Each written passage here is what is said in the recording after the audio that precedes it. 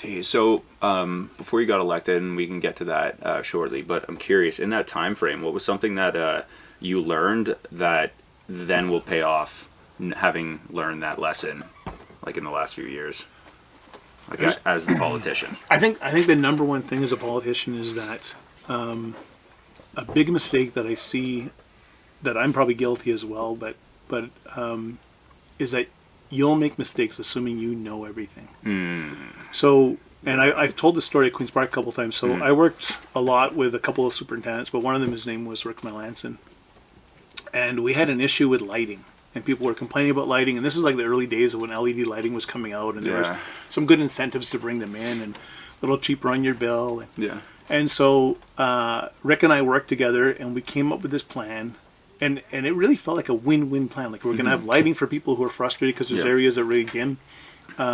We'd improve the lighting. We were going to bring in electricians on the weekend on overtime. And so there's a little more money in their pocket. And who doesn't like overtime, that kind of thing, unless you're forced. But like it was a sort of...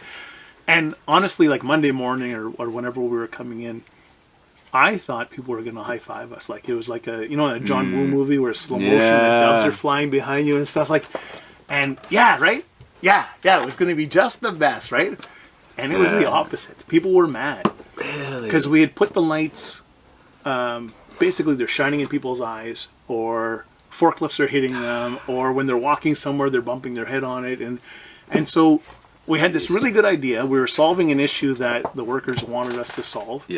But we didn't talk to them about how to do it. And we basically blew a bunch of money and had to redo everything because we didn't connect with people. So there's a bridge, bridge that needed to be and so out of that I learned you can do a lot of things wrong with good intention. Interesting. And as a politician I see that sometimes where legislation comes through and it's rushed through by people who don't work in that industry and haven't consulted fully with the industry.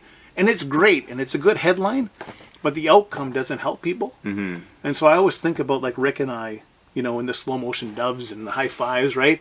That, like, with the best of intention, we got a lot of things wrong. Still and basically, a lot of people. And had to go back and fix it.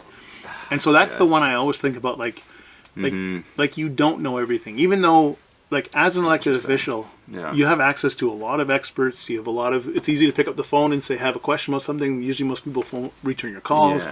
But if you're not really talking to people, like if we're doing, I know very little about agriculture, right? Because Sudbury is a mining town. It's all rock, and not that we don't have little farms nearby, but the core city of Sudbury where I am, we don't have farms, right? So if I talk to one farmer and he says, this is what we need, and I don't talk to dozens other or different people, I'm going to get it wrong. I'll fix maybe what that one guy wants, or maybe I'll get it wrong because I didn't hear him properly.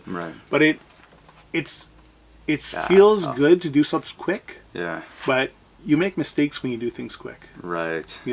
Especially in that industry too. Like I don't find